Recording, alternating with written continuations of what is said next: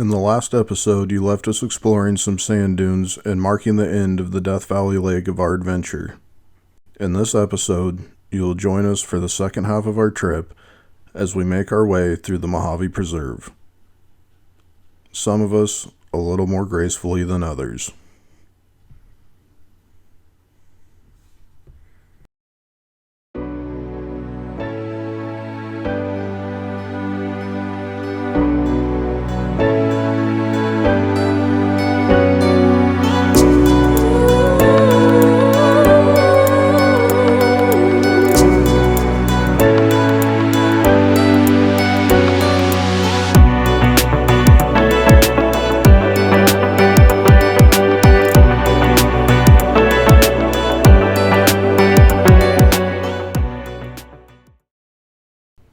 After stopping in Baker for a few supplies, we headed out into the Mojave Preserve late in the afternoon.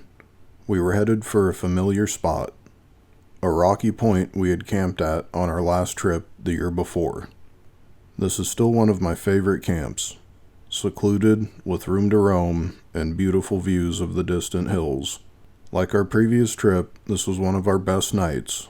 With the place to ourselves, we blew off some steam, had a delicious meal off Grandpa's fire disc, and relaxed by the fire.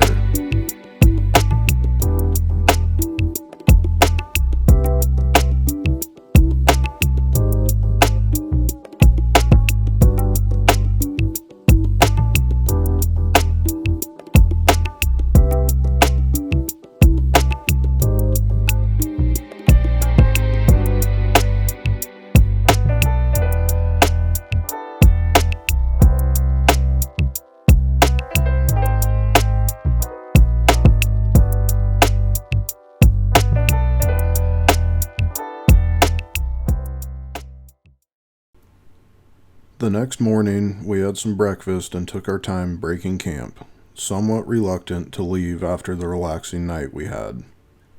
We made our way back to the trail we passed on our way in and into the hills behind our camp to do some exploring. Any chance you get to wander off and look around is usually well worth it in my experience, and this time was no exception. After weaving the dodge through some tight spots, we were rewarded with beautiful views, desert blooms, and several points of interest tucked into the desert hills. There's always something to find if you just take the time to look.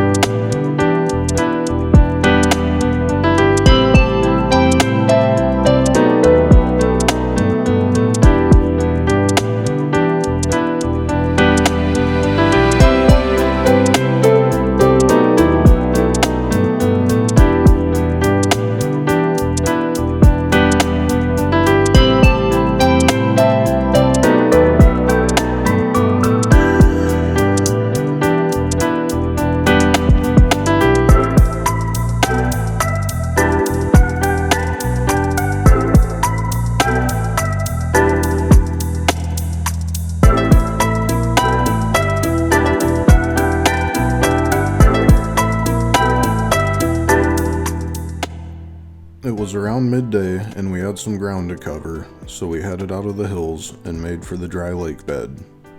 It's a long, straight road with a lot of washboard that occasionally gives away to softer sand.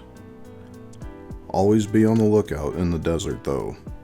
If you're lucky, even these monotonous stretches of road have something to offer.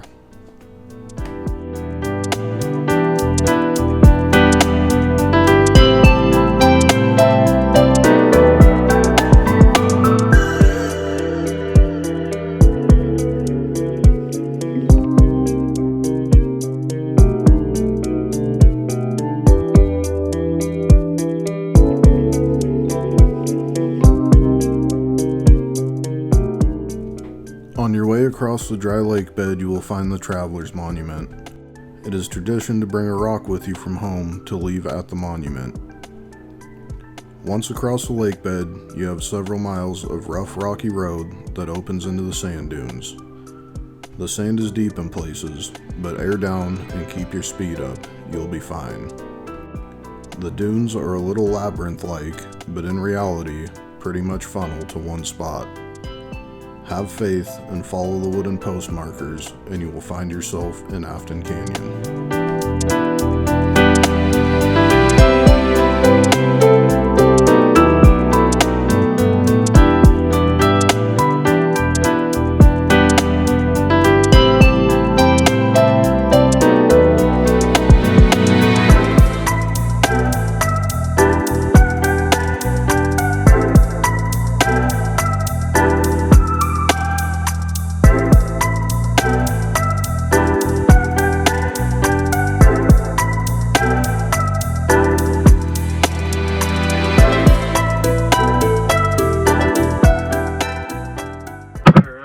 Stop. We're at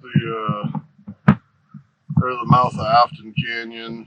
The trestle in the background there. Stop to catch some shade and make some peanut butter sandwiches real quick. Kind of a good little pit stop here. Got the raging Mojave River behind us there. I go for a swim.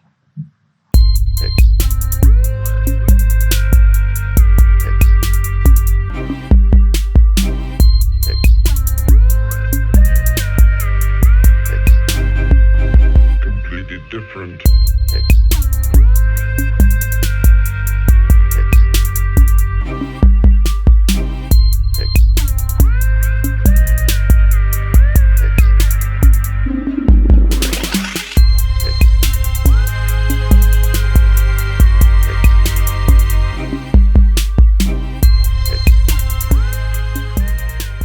Okay, it wasn't swimming, but there's enough water to at least have a little fun in. Realizing we might be in for some wind, we started looking for camp. Yeah, well, we're in Afton Canyon. Been hunting around for a somewhat protected campsite. It's pretty windy in here. This was about the best we could do. Not a bad spot though. Get a camp set up and get some dinner going. Have some chili dogs and wind down for the night. What are we doing? We're making popcorn, yeah? We managed to pop it without burning it or catching it on fire this time. So. As we expected, we were in for more strong winds. It's just part of being in the desert sometimes, but the canyon acted like a funnel and amplified the wind. So we had some popcorn and hunkered down, not aware of another surprise Afton Canyon had in store for us that night. Don't camp here. Just don't do it. It's windy. It's windy. You can see over across the canyon there, some train tracks. And they don't just run that train during the day. It was coming and going all night, and it is not quiet. Afton Canyon, nice place to pass through. Really pretty. You got Spooky Canyon, and I'm not sure if we're gonna go check that out or not today. But my advice would be get in and get out before you set up camp. All right, we got our probably about midnight, 2 a.m. and then like maybe 6 a.m. wake up call. We got one rolling in right now. Our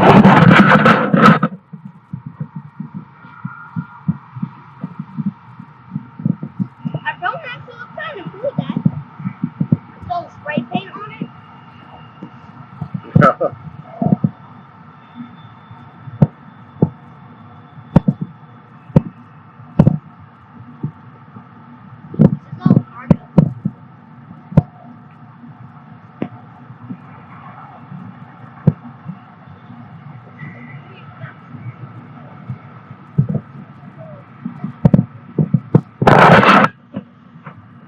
So I don't know where it's coming or where it's going, but it runs back and forth, and they don't stop at night. So, Afton Canyon, wind and trains. Alright, back at Spooky Canyon. Pretty cool little feature in Afton Canyon here. We went through it last year. Lindsay didn't see it. The boys want to go back, so we're going to head in and check it out, see if anything's changed since last year.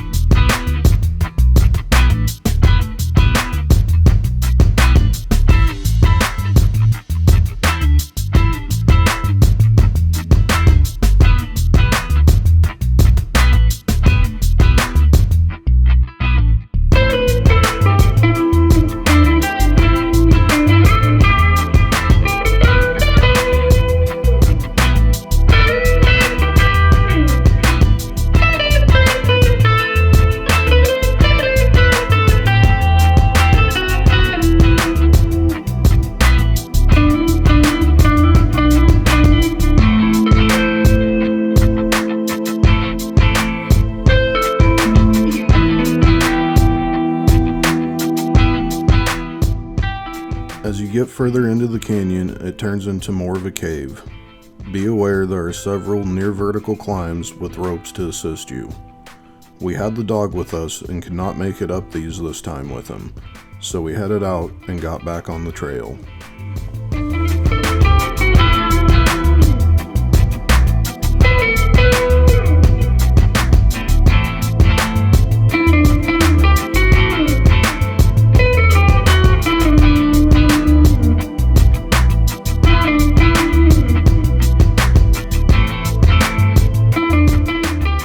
As the canyon narrows, it will push you out along the train tracks and eventually to a water crossing.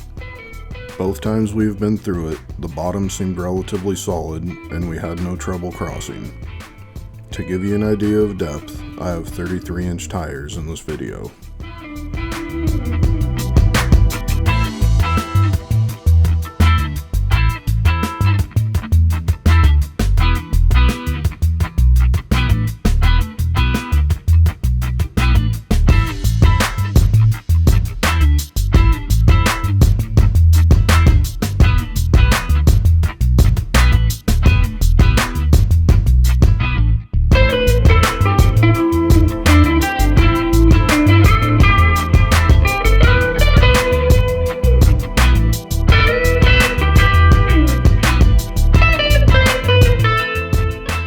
You will soon come to another crossing that is considered by many to be the end of the trail. Unfortunately, it was filled in with rock by the railroad several years ago and is only a few inches deep now.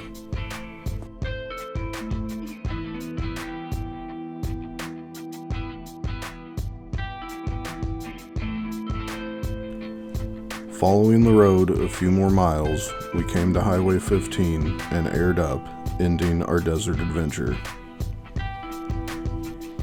I hope you enjoyed following us through Death Valley and the Mojave Preserve on this trip. If you did, please like and subscribe for more adventures. Now get out there and explore.